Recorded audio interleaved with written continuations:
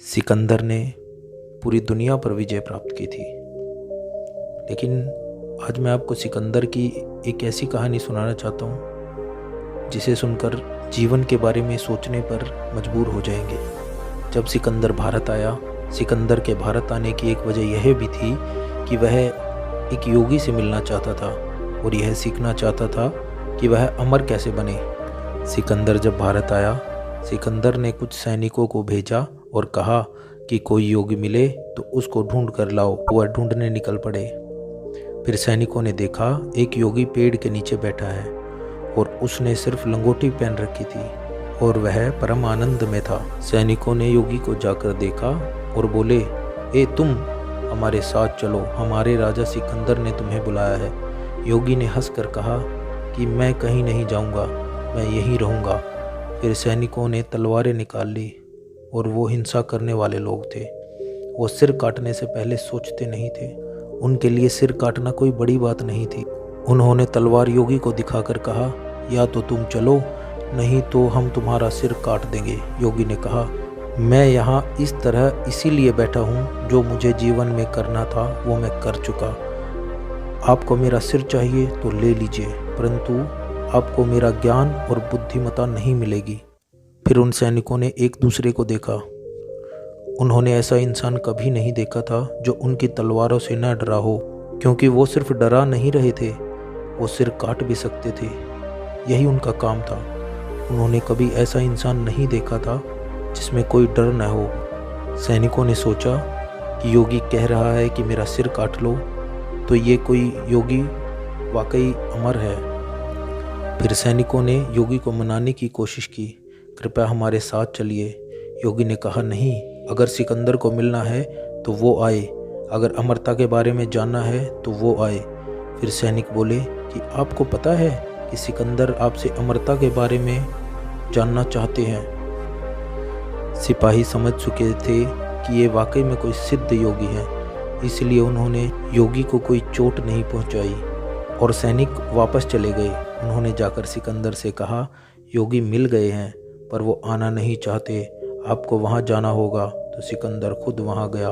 घोड़े पर बैठे हुए बहुत तन कर बोला योगी से कि लगता है आप अमरता के बारे में जानते हैं, मैं भी जानना चाहता हूँ।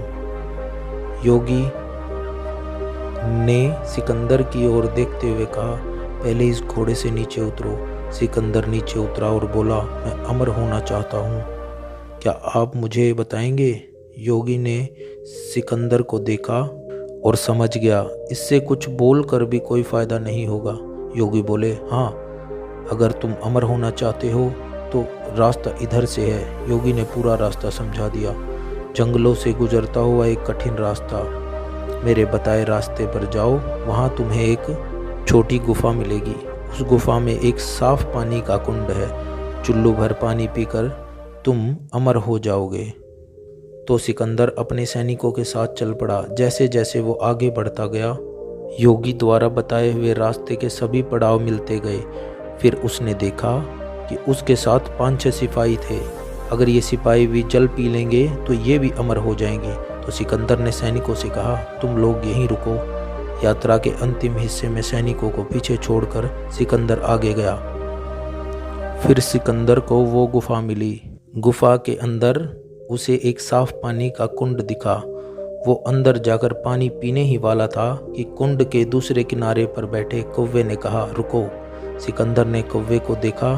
कौवा बोला, देखो, मैंने ये पानी पिया था, पता नहीं कितने लाख साल हो गए और अब मैं मर भी नहीं सकता।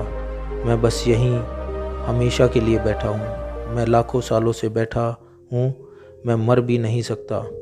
मैंने अपनी जाति की कई पीढ़ियाँ देखी, मुझे अभी किसी चीज़ में रुचि नहीं है। जो मेरे साथ पैदा हुए थे वो भी मर गए, उनके बाद वाले भी मर चुके, परंतु मैं अभी भी जीवित हूँ। क्या तुम्हें मेरे जैसी किस्मत चाहिए? सिकंदर वहीं बैठकर पानी और कौवे को देखता रहा।